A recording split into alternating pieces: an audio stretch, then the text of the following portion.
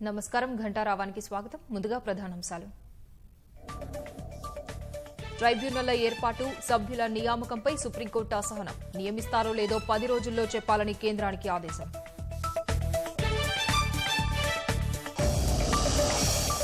పెగాసస్పై సుప్రీంకోర్టులో కేంద్రం అఫిడవిట్. నిపుణుల కమిటీ వేయనున్నట్లు వివరణ.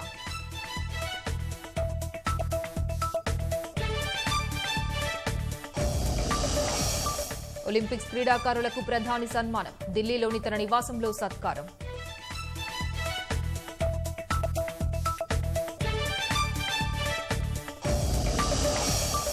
విద్యార్థి దశ నుంచి అరాచక శక్తిగా మారిన తాలిబన్లు. ఆటవిక పాలన అకృత్యాలు తలచుకొని ప్రజల ఆందోళన.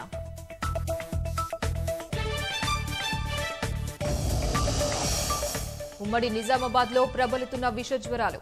డెంగీ, మలేరియాతో ఆసుపత్రులకు బాధితుల పరుగులు.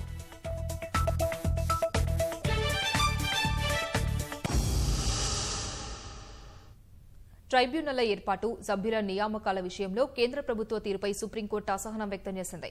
ఏడాదికి పైగా చెప్పిందే చెబుతున్నారు తప్ప ఆచరణ శూన్యమని సుప్రీంకోర్టు ప్రధాన న్యాయమూర్తి జస్టిస్ ఎన్వీ రమణ వ్యాఖ్యానించారు. గత వారం విచారణకు వచ్చినప్పుడు తప్పక అమలు చేస్తామని చెప్పారని, ఇప్పుడు ఏమైందని సొలిసిటర్ జనరల్ తుషార్ మెహతాను ధర్మాసనం ప్రశ్నించింది. మరో 2 వారాలు సమయం ఇవ్వాలని ధర్మాసనాన్ని తుషార్ మెహతా కోరారు. ఇదే చివరి అవకాశమని, ఇంకోసారి అవకాశం ఇవ్వడం కుదరదని సీజేఐ నేతృత్వంలోని ధర్మాసనం స్పష్టం చేసింది. ట్రైబ్యునల్ల ఏర్పాటుకు ఎందుకు ఆలోచిస్తున్నారని ప్రశ్నించిన సీజేఐ 10 రోజుల్లో నిర్ణయం చెప్పాలని ఆదేశించారు. కేసు విచారణ ఈ నెల 31న చేపట్టనున్నట్లు స్పష్టం చేసిన జస్టిస్ రమణ మరోసారి సమయం అడగవద్దని తేల్చి చెప్పారు. గుంటూరులో హత్యకు గురైన యువతి కుటుంబానికి న్యాయం చేయాలంటూ రాజకీయ పార్టీలు, ప్రజా సంఘాల ప్రతినిధులు డిమాండ్ చేస్తున్నారు.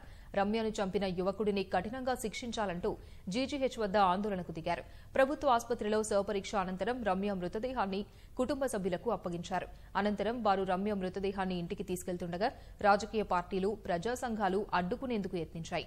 దీంతో ఆందోళనకారుల కంటపడకుండా పోలీసులు ఆసుపత్రి వెనక ద్వారం నుంచి రమ్య మృతదేహాన్ని ఆమె సొంత గ్రామం చిలుమూరుకు తరలించారు. అంతకుముందు జీజీహెచ్లో రమ్య కుటుంబ సభ్యులకు ఏపీ హోంమంత్రి పరామర్శించి 10 లక్షల రూపాయల ఆర్థిక సాయం అందజేశారు.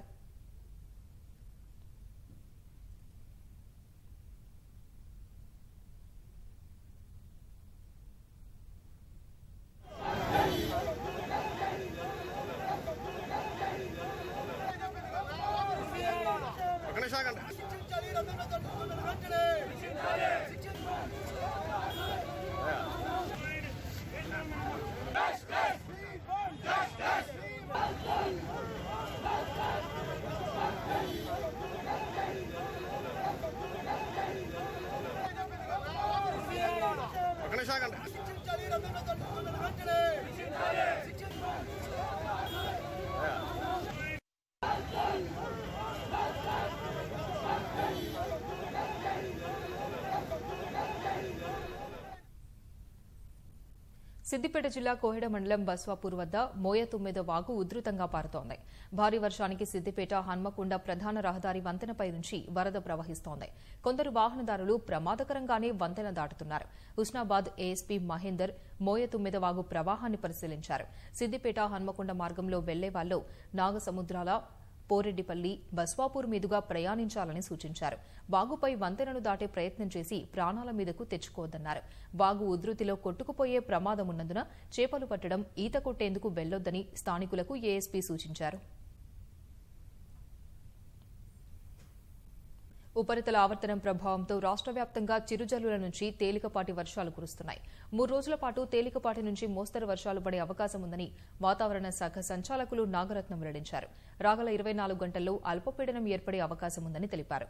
దాని ప్రభావంతో రాష్ట్రంలో పలుచోట్ల భారీ నుంచి అతి భారీ వర్షాలు కురిసే అవకాశం ఉందని వాతావరణ అధికారులు వెల్లడించారు.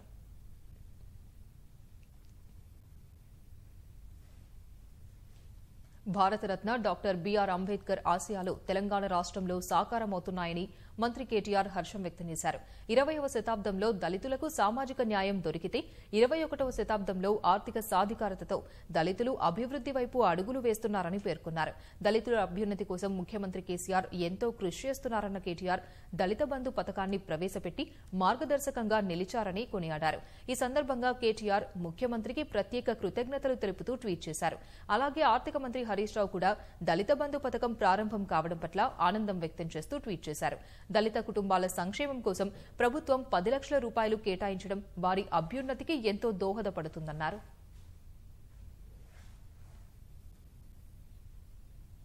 ఉమ్మడి నిజామాబాద్ జిల్లాలో విషజ్వరాలు ప్రబలుతున్నాయి. ఇటీవల కురిసిన వర్షాలకు దోమలు విజృంభించాయి. సీజనల్ వ్యాధులు అధికమయ్యాయి. ఆసుపత్రులకు రోగుల సంఖ్య రెట్టింపైంది. డెంగీ, మలేరియా, ఇతర విషజ్వరాలతో ఆసుపత్రులకు బాధితులు క్యూ కడుతున్నారు. ప్రభుత్వ ఆసుపత్రుల అధికారులు అప్రమత్తమయ్యారు. పరిసరాల పరిశుభ్రత పాటిస్తూ సరైన సమయంలో చికిత్స తీసుకోవాలని సూచిస్తున్నారు. ఉమ్మడి నిజామాబాద్ జిల్లాలో డెంగీ కేసులు విజృంభిస్తున్నాయి. జులై వరకు 9 కేసులు రాగా గత 10 రోజుల వ్యవధిలోనే 24 మందికి డెంగీ నిర్ధారణ కావడం ఆందోళన కలిగిస్తోంది. ప్రస్తుతం కేసుల సంఖ్య 33కి చేరింది. పొరుగున ఉన్న ఆదిలాబాద్, నిర్మల్ జిల్లాలోని ఆసుపత్రుల పడకలు రోగులతో నిండిపోయాయి. గ్రామాల్లో ఎక్కువ మంది జ్వరాల బారిన పడుతున్నారు. సారంగపూర్లోనే 80 మందికి పైగా జ్వరపీడితులున్నారు. మంథనిలోనూ ఇదే పరిస్థితి నెలకొంది. జిల్లా ప్రభుత్వ ఆసుపత్రిలో వారం కింద జనరల్ మెడిసిన్ విభాగంలో 50 ఉన్న ఓపీ ప్రస్తుతం 100కు పెరిగింది. రోజు 14 నుంచి 20 మంది ఆసుపత్రిలో చేరి చికిత్స పొందుతున్నారు. ప్రైవేట్ ఆసుపత్రుల్లోనూ రోగుల సంఖ్య పెరుగుతోంది. ఈ నెల 2వ తేదీ నుంచి రోజూ వరుసగా డెంగీ కేసులు నమోదవుతున్నాయి. ఈ నెల 10న ఏకంగా 6గురికి డెంగీ నిర్ధారణ అయింది.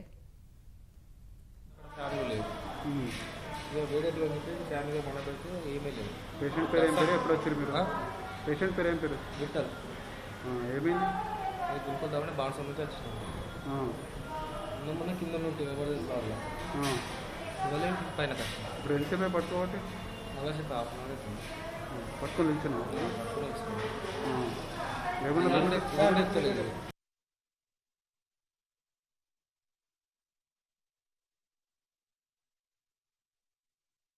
టైంలో ఇంతకుముందు డెంగ్యూ కేసెస్ చాలా ఎక్కువగా వచ్చాయి. 50s నుంచి 70s వరకు వచ్చాయి. కానీ ఇప్పుడైతే అండర్ కంట్రోలే ఉంది. ఆల్మోస్ట్ 9 కేసెసే ఉన్నాయి. అండ్ చిన్న చిన్న జ్వరాలు అలాంటి కేసెస్ వస్తూ ఉన్నాయి. అండ్ ఆ seasonal cases per day around ఒక 10 కేసెస్ వరకు వస్తున్నాయి. అవి సింపుల్గా మెడికేషన్ పెడితే తగ్గిపోతుంది. కొంచెం ఎక్కువగా ఉన్న వాళ్ళని 1 or 2 డేస్ ఉంచుకొని వాళ్ళకి ఇన్వెస్టిగేషన్స్ చేసి డయాగ్నోస్ చేసి నార్మల్ రొటీన్ ఫీవర్ అయితే డిశ్చార్జ్ చేస్తున్నాం. అదే డెంగ్యూ లాంటి ఏమన్నా ఫీవర్ ఉంటే అడ్మిట్ చేసుకుంటున్నాము. విషజ్వరాల విజృంభణతో వైద్య ఆరోగ్య శాఖ అధికారులు అప్రమత్తమయ్యారు. 22 పీహెచ్సీలు, 7 యూపీహెచ్సీల్లో 951 ప్రాంతాల్లో లార్వా ఉన్నట్లు గుర్తించారు. 348 గ్రామాల్లో లార్వా సేకరించారు. డెంగీ బారిన పడిన వారి ఇంటి చుట్టూ 50 ఇళ్ల దూరం వరకు దోమల నివారణ మందు పిచికారీ చేస్తున్నారు. సారంగపూర్, అంబేద్కర్ కాలనీల్లో కీటక జనిత శాస్త్రవేత్తలు ఇటీవల పర్యటించారు. డెంగీ, బోధకాలు కారక దోమలను సేకరించి వైరస్ తీవ్రతను గుర్తించేందుకు పరీక్ష కేంద్రానికి తీసుకెళ్లారు. యూపీహెచ్సీలో పరిధిలో 91 హైరిస్క్ ప్రాంతాలను అధికారులు గుర్తించారు. కోవిడ్తో పాటు డెంగీ కేసులు పెరుగుతున్నందున ప్రజలు అప్రమత్తంగా ఉండాలని సూచిస్తున్నారు. ఈరోజే మీరు ఇంటి పరిసరాలని చెక్ చేసుకోండి, బాత్రూమ్స్లో చెక్ చేసుకోండి. ఎక్కడైనా చిన్న దగ్గర కూడా వాటర్ లాగింగ్ ఉండే స్కోప్ ఉన్నట్టయితే అవన్నీ తీసేసినట్టయితే మీరు బ్రీడింగ్కి అవకాశం ఇవ్వకుండా ఉంటారు. ఎప్పుడైతే మస్కిటోస్ ఉండవో దెన్ ఆ వైరస్ మన దగ్గరికి వచ్చే ఛాన్స్ చాలా తక్కువ ఉంటుంది. అండ్ ఇంకొకటి, ఇప్పుడు ఒకవైపు కోవిడ్, ఒకవైపు డెంగ్యూ 2 ఉన్నాయి కాబట్టి అండ్ కోవిడ్ అనుకొని టెస్ట్ చేయించుకొని దెన్ కోవిడ్ లేదు అని అంటే ఇంట్లో కామ్గా ఉంటున్నారు. అట్లా కాదు, ఇప్పుడు డెంగ్యూ, కోవిడ్ 2 ఉన్నాయి కాబట్టి మీరు కోవిడ్ టెస్ట్ చేసుకోండి, అలాగే డెంగ్యూ టెస్ట్ కూడా చేసుకోండి. ఎందుకంటే రెండిటికి సంబంధించిన ట్రీట్మెంట్ చాలా డిఫరెన్స్ ఉంటుంది. సో ఏది డయాగ్నోస్ అయితే దానికి పర్ఫెక్ట్ ట్రీట్మెంట్ ఇచ్చినట్టయితే త్వరగా కోలుకునే అవకాశాలు ఉన్నాయి. కామారెడ్డి జిల్లాలోనూ క్రమంగా డెంగీ కేసులు పెరుగుతున్నాయి. కామారెడ్డి డివిజన్లో 2, బాన్సువాడ డివిజన్లో 4, ఎల్లారెడ్డిలో 4 కేసులు నమోదయ్యాయి. పిట్లం, పెద్ద కొడపల్, లిల్లారెడ్డి, లింగంపేట మండలాలతో పాటు కామారెడ్డిలోనూ విష జ్వరాలు అధికంగా ఉన్నాయి. జిల్లా వ్యాప్తంగా 15 రోజులుగా కేసుల సంఖ్య పెరుగుతోంది. ప్రభుత్వ ఆసుపత్రుల్లో సిబ్బంది లేక డెంగీ నిర్ధారణ పరీక్ష, ఎలీసా పరీక్షలు చేయకపోవడంతో ప్రైవేటుకు పరుగులు తీయాల్సిన పరిస్థితులు తలెత్తుతున్నాయని బాధితులు ఆవేదన వ్యక్తం చేస్తున్నారు. టోక్యో ఒలింపిక్స్ లో పాల్గొన్న ఆటగాళ్లను ప్రధానమంత్రి నరేంద్ర మోదీ ఘనంగా సన్మానించారు. ఉదయాన్నే ప్రత్యేక బస్సులో ఢిల్లీలోని లోక్ కళ్యాణ్ మార్గులోని ప్రధాని నివాసానికి చేరుకున్న క్రీడాకారులు ప్రధానితో అల్పాహారం సేవించారు. టోక్యో వేదికగా భారత క్రీడాకారులు చూపిన అసాధారణ ప్రతిభకు దేశమంతా గర్విస్తోందని, వీరు భవిష్యత్తు తరాలకు ఆదర్శమని ప్రధాని కొనియాడారు. దేశంలో క్రీడల పట్ల ప్రజలకు అవగాహన వచ్చిందన్న ప్రధాని దాని ఫలితాలే టోక్యో ఒలింపిక్స్ లో ప్రతిబింబించాయని పేర్కొన్నారు. వీరికి సహకరించిన కుటుంబ సభ్యులను, కోచ్లను, సహాయ సిబ్బందిని ప్రధాని అభినందించారు.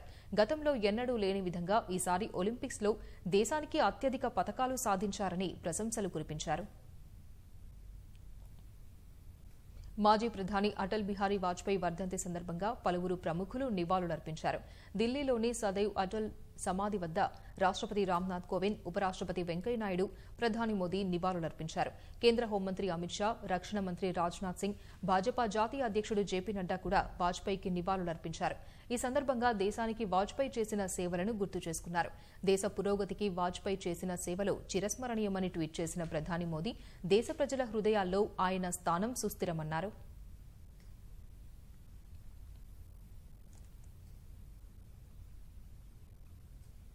ఆఫ్ఘనిస్తాన్లో మళ్లీ తాలిబాన్ శకం మొదలు కావడం ప్రపంచవ్యాప్తంగా ప్రకంపనలు సృష్టిస్తోంది. పాశవికతకు మారుపేరుగా నిలిచిన ఈ ముఠా ఎలాంటి అకృత్యాలకు పాల్పడుతుందోనన్న ఆందోళనలు వ్యక్తమవుతున్నాయి. మధ్యరాతి యుగం నాటి సూత్రాలను నమ్మిన తాలిబాన్ల ప్రస్థానం విద్యార్థి దశ వినాశనం వరకు సాగింది. పాశవిక చర్యలతో, ఆటవిక పాలనతో తాలిబాన్లు ఆఫ్ఘాన్ను నరకప్రాయంగా మార్చారు. ఆఫ్ఘనిస్తాన్ను మళ్లీ హస్తగతం చేసుకోవడంతో తాలిబన్లు ప్రపంచవ్యాప్తంగా మరోసారి చర్చనీయాంశమయ్యారు. తాలిబన్ల ప్రస్థానం విద్యార్థి దశ నుంచి ఆరంభమైంది. పష్తో భాషలో తాలిబన్ అంటే విద్యార్థి అని అర్థం. 1990లలో ఆఫ్ఘనిస్తాన్లో సోవియట్ సేనలపై పోరాడిన వివిధ ముజాహిదీన్ వర్గాలు రష్యా నిష్క్రమణ తర్వాత సంకీర్ణ ప్రభుత్వాన్ని ఏర్పాటు చేశాయి. అయితే ముజాహిదీన్ నేతలు జనంపై విపరీతంగా పన్నులు వేసేవారు. డబ్బు కోసం కిడ్నాప్లకు తెగబడేవారు. దీంతో ఆఫ్ఘాన్ అంతా అరాచకం తాండవించింది. ఈ నేపథ్యంలో 1994లో తాలిబన్లు ముల్లా ఒమర్ నాయకత్వంలో దేశంలో సుస్థిరతను నెలకొల్పడానికి రంగంలోకి దిగారు. సౌదీ అరేబియా నిధులతో ఉత్తర పాకిస్తాన్లో నిర్వహించిన ఇస్లామిక్ విద్యాలయాల్లో వీరు చదువుకునేవారు. వ్యవస్థాపక సభ్యులంతా ఒమర్ విద్యార్థులే కావడం వల్ల ఆ ముఠాకు తాలిబన్ అని పేరు పెట్టారు.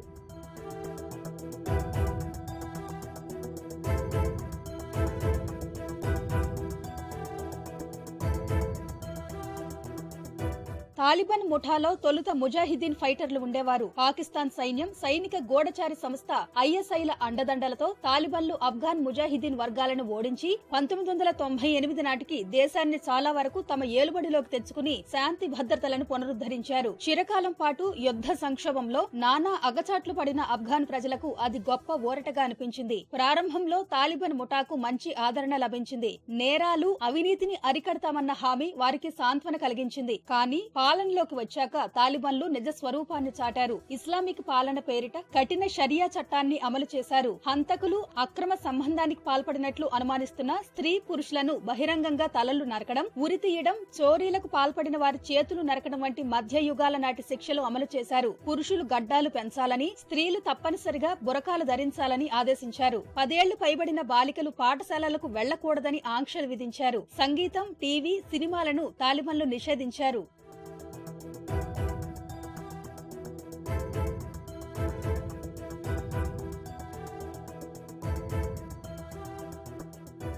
ఆఫ్ఘనిస్తాన్లో తాలిబాన్ల పాలనలో పరమత సహనానికి స్థానమే లేకుండా పోయింది. 2001లో బామియాన్ బుద్ధ విగ్రహాలను ఫిరంగులతో పేల్చేయడం వారి దాష్టీకానికి నిదర్శనంగా నిలిచింది. తాలిబాన్లకు పుట్టినిల్లు పాకిస్తాన్. ఈ వాస్తవాన్ని పాక్ నేతలు నిరాకరిస్తున్నా తాలిబాన్ తొలితరం నాయకులు పాక్ మదర్సాల్లోనే చదివారనేది సత్యం. ఒక దశలో తాలిబాన్లు పాకిస్తాన్లోనూ అస్థిరత సృష్టించారు. పెషావర్లో ఒక పాఠశాలపై దాడి చేసి విద్యార్థులను ఊచకోత కోశారు. అప్పటి నుంచి పాక్ లో వారి ప్రాబల్యం క్షీణించింది. ఇటు అమెరికాపై 2001 సెప్టెంబర్ 11న ఉగ్రదాడికి పాల్పడిన అల్ ఖైదా అధినేత ఒసామా బిన్ లాడెన్ ఆఫ్ఘనిస్తాన్ లో స్థావరం ఏర్పరచుకున్నాడని అమెరికా తేల్చింది. అతడిని తమకు అప్పగించాలని తాలిబాన్ ప్రభుత్వాన్ని డిమాండ్ చేసింది. దీనికి ఆ ముఠా అంగీకరించలేదు. దాంతో 2001 అక్టోబర్ నుంచి అమెరికా, నాటో సేనలు దాడులు ప్రారంభించి తాలిబాన్లను కూలదోశాయి. ఆఫ్ఘాన్ లో ప్రజాస్వామ్య ప్రభుత్వానికి శ్రీకారం చుట్టాయి. కానీ అమెరికా బలగాల ఉపసంహరణతో ప్రభుత్వాన్ని కూలదోసి తాలిబాన్లు మరోసారి ఆఫ్ఘాన్ లో పాగా వేశారు. ఈసారి వీరి పాలన ఎలా ఉంటుందో అని అక్కడి ప్రజలు బిక్కుబిక్కుమంటున్నారు. కరేబియన్ దీవి హైతీలో శనివారం సంభవించిన భారీ భూకంపంలో మృతుల సంఖ్య అంతకంతకు పెరుగుతోంది. మరణాల సంఖ్య 1300కు చేరగా ఈ ఘోర విపత్తులో మరో 5700 మందికి పైగా గాయపడ్డారు. భూకంపం తీవ్రతకు వందల సంఖ్యలో ఇళ్లు దెబ్బతినగా వేల మంది నిరాశ్రయులయ్యారు. మృతుల సంఖ్య మరింత పెరిగే అవకాశముందని అధికార వర్గాలు వెల్లడించాయి. ఎక్కడ చూసినా హృదయ విదారక దృశ్యాలే కనిపిస్తున్నాయి. పెనువిలయం ధాటికి ఆసుపత్రి భవనాలు కూడా నేలమట్టం కావడంతో ఆరుబయటే క్షతగాత్రులకు చికిత్స అందిస్తున్నారు.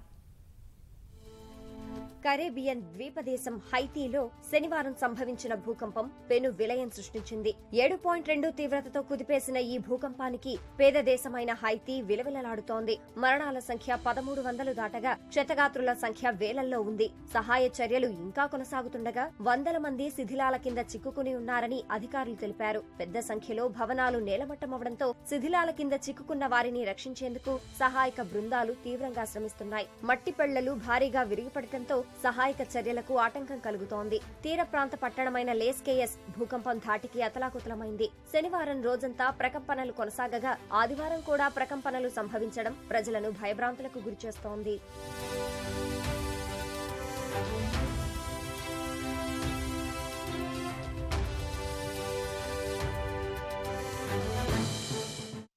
భూకంపం తర్వాత హైతీలో ఎటు చూసినా హృదయ విదారక దృశ్యాలే కనిపిస్తున్నాయి. ఎంతో మంది తమ కుటుంబ సభ్యుల్ని, ఆత్మీయుల్ని, ఆస్తుల్ని పోగొట్టుకున్నారు. తమ బంధువులు, స్నేహితులను వెతుక్కుంటూ అనేక మంది శిథిలాలను తొలగిస్తున్నారు. భూకంప ప్రభావ ప్రాంతాల్లో ఎవరిని కదిపినా కన్నీళ్లే వర్షిస్తున్నాయి. పెను విధ్వంసానికి ఇళ్లు, హోటళ్లు, ఇతర నిర్మాణాలు నేలమట్టం కావడంతో వేల మంది నిరాశ్రయులు వీధులు, చర్చిల్లో కాలం గడుపుతున్నారు. వేల సంఖ్యలో క్షతగాత్రులతో ఆసుపత్రులు నిండిపోయాయి. మరికొన్ని ప్రాంతాల్లో ఆసుపత్రి భవనాలు కూడా కూలిపోవడంతో ఆరుబయటే చికిత్స అందిస్తున్నారు. ఇటీవలే హైతీ దేశ అధ్యక్షుడు మోయిస్ హత్యతో షాక్ లో ఉన్న దేశాన్ని ఈ భూకంపం మరింత విషాదంలోకి నెట్టింది. ఈ విపత్తుతో ఆహార అభద్రత మరింత పెరిగే అవకాశం ఉందని హైతీ డైరెక్టర్ కారాబక్ ఆవేదన వ్యక్తం చేశారు. భూకంప ప్రభావ ప్రాంతాల్లో పర్యటించిన హైతీ ప్రధాని ఏరియల్ హెన్రీ దేశమంతటా నెల రోజుల పాటు అత్యయిక స్థితిని విధించారు. నష్టం తీవ్రతను పూర్తి స్థాయిలో అంచనా వేసేంత వరకు అంతర్జాతీయ సాయాన్ని కోరబోమని తెలిపారు.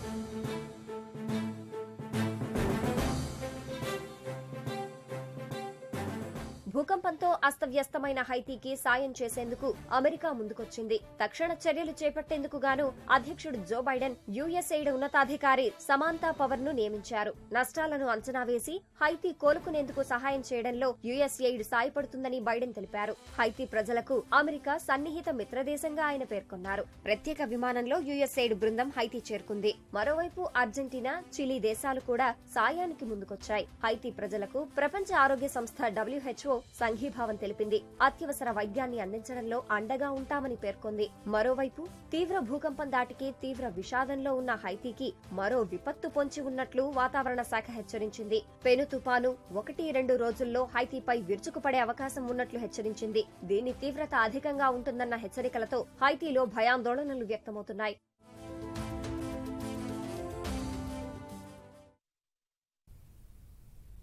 దేశంలో కరోనా వ్యాప్తి కాస్త తగ్గుముఖం పట్టింది. ఆదివారం ఉదయం 8 గంటల నుంచి ఈ ఉదయం 8 గంటల వరకు కొత్తగా 32,937 కరోనా కేసులు నమోదైనట్లు కేంద్ర ఆరోగ్య శాఖ వెల్లడించింది. వీటితో కలిపి మొత్తం కేసుల సంఖ్య 3,22,25,513కి చేరినట్లు పేర్కొంది. కొత్తగా మరో 417 మంది వైరస్ కు బలికాగా మొత్తం మృతుల సంఖ్య 4,31,642కి చేరింది. అటు కొత్తగా వైరస్ నుంచి 35,909 మంది కోలుకోగా దేశంలోని మొత్తం రికవరీల సంఖ్య 3,14,11,924కి పెరిగింది. ప్రస్తుతం దేశంలో 3,81,947 యాక్టివ్ కేసులు ఉన్నట్లు ఆరోగ్య శాఖ వెల్లడించింది. ఇప్పటి వరకు 54.58 కోట్ల టీకా డోసులు పంపిణీ చేసినట్లు పేర్కొంది. హైదరాబాద్ ప్రధాన రహదారులపైనున్న నిర్భాగ్యులకు కోవిడ్ టీకాలు అందించే కార్యక్రమానికి శ్రీకారం చుట్టింది స్కై ఫౌండేషన్. కొన్నేళ్లుగా గూడు నీడ లేక యాచకులు అనాథలుగా జీవిస్తున్న వారికి హైదరాబాద్ జిల్లా వైద్య ఆరోగ్య అధికారులతో కలిసి టీకాలు అందించారు. ఎలాంటి ఆధార్, చరవాణి సంఖ్య లేని వారి కోసం ఈ టీకా డ్రైవ్ ని ఏర్పాటు చేశారు. ప్రత్యేక వ్యాక్సిన్ డ్రైవ్ పై మరిన్ని వివరాలు మా ప్రతినిధి రమ్య అందిస్తారు. హైదరాబాద్ మెడికల్ ఏదైతే డిపార్ట్మెంట్ ఉందో వాళ్ళతో కలిసి ఈరోజు ఎవరైతే వీధుల వెంట జీవిస్తూ ఉంటారో నిర్భాగ్యులైనటువంటి వారందరికీ కూడా కరోనా వ్యాక్సినేషన్ ఇచ్చే కార్యక్రమాన్ని చేపట్టింది. ఈ నేపథ్యంలోనే స్కై ఫౌండేషన్ నిర్వాహకులు సంజీవ్ గారు, అదేవిధంగా హైదరాబాద్ డిఎంహెచ్ఓకి సంబంధించినటువంటి వైద్యులు డాక్టర్ శ్రీమన్నారాయణ ప్రస్తుతం మనతో ఉన్నారు. మరిన్ని వివరాలు వారి మాటలు తెలుసుకున్నాం. సార్, ముందుగా ఈ ఎలాంటి రిజిస్ట్రేషన్ లేకుండా వీళ్ళకి వ్యాక్సినేషన్ ఇవ్వడం ఎంతవరకు వీలవుతుంది? వీరిని రెండో డోసు గుర్తించడం ఏ మేరకు సాధ్యపడుతుంది అనుకుంటున్నారు? ఫుట్పాత్ మీద బతికే వాళ్ళు కూడా కొంతమంది ఉన్నారు.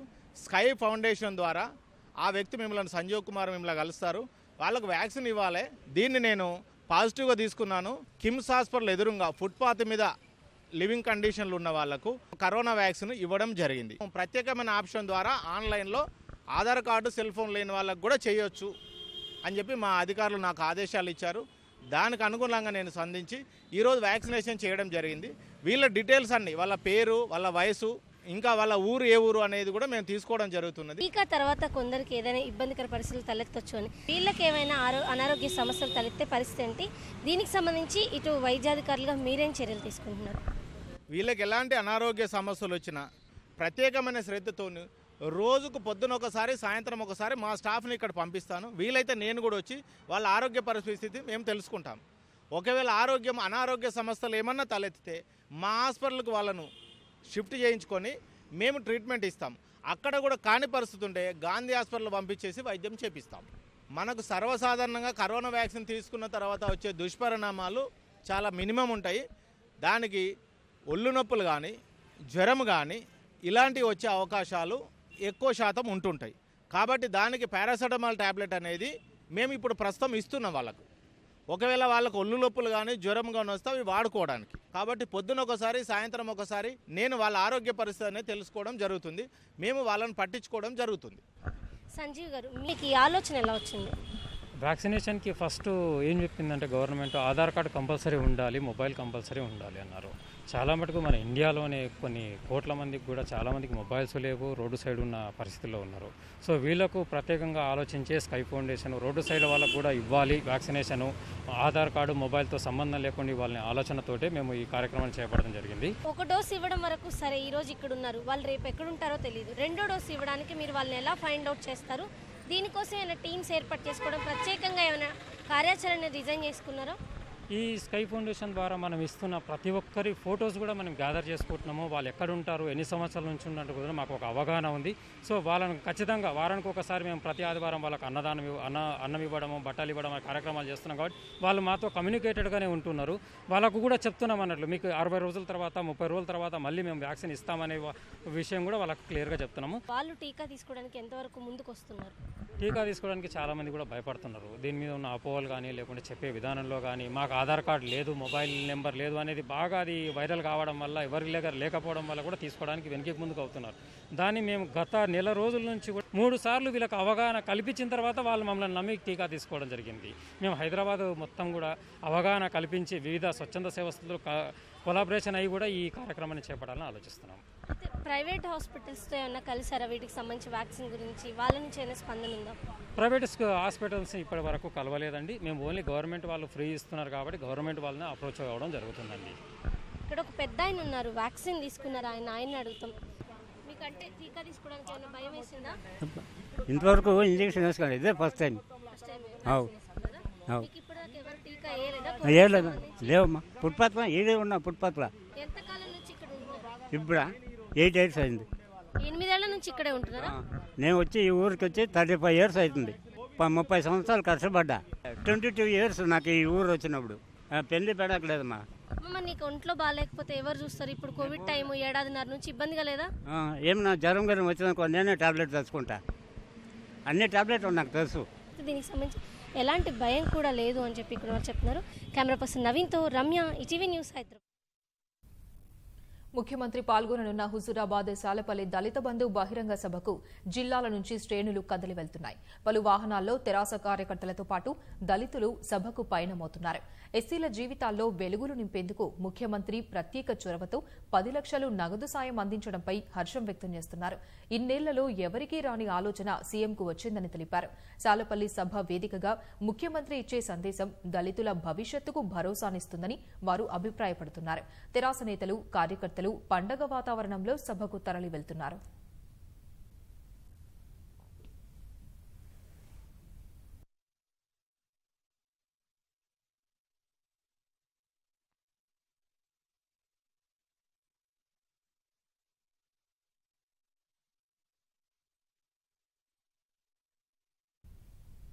హైదరాబాద్లో నివాస ప్రాంతాల మధ్య ఓ ఇంట్లో కొనసాగుతున్న ల్యాబ్పై నార్కోటిక్ కంట్రోల్ బ్యూరో అధికారులు దాడులు చేశారు.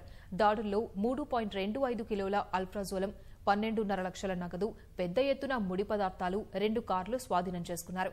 ఇందుకు సంబంధించి ఓ ముఠాను అధికారులు అరెస్ట్ చేశారు.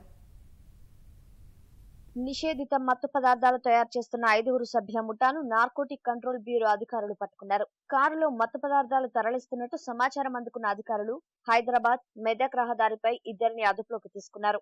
వారిని విచారించగా గుట్టు రట్టయింది. హైదరాబాద్ బాలానగర్ లోని ఓ ఇంట్లో ల్యాబ్ నిర్వహిస్తూ ఆల్ఫ్రాజోలం తయారు చేస్తున్నట్టు సమాచారం అందుకున్న narcotic control bureau Bengaluru, Hyderabad అధికారులు సంయుక్తంగా దాడులు నిర్వహించారు. నివాస ప్రాంతాల మధ్య కొనసాగుతున్న ల్యాబ్ చూసి అధికారులు ఆశ్చర్యపోయారు. గత 5 ఏళ్లుగా ముఠా నిషేధిత మత్తు పదార్థం తయారు చేసి పలువురికి సరఫరా చేస్తున్నట్టు బయటపడింది.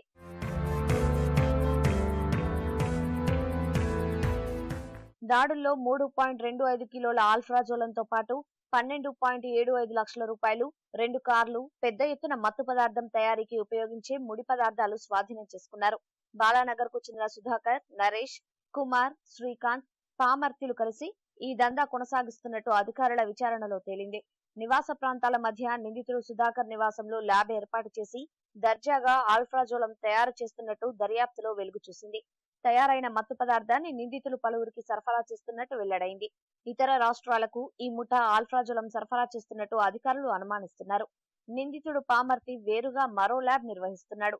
అయితే అతనికి ల్యాబ్ నడపడానికి అనుమతులు ఉన్నాయి. అతను నిబంధనలకు విరుద్ధంగా తన ల్యాబ్ లో ఆల్ఫ్రాజోలం తయారు చేస్తూ మిగతా నిందితులతో కుమ్మక్కై దందా సాగిస్తున్నట్టు తేలింది.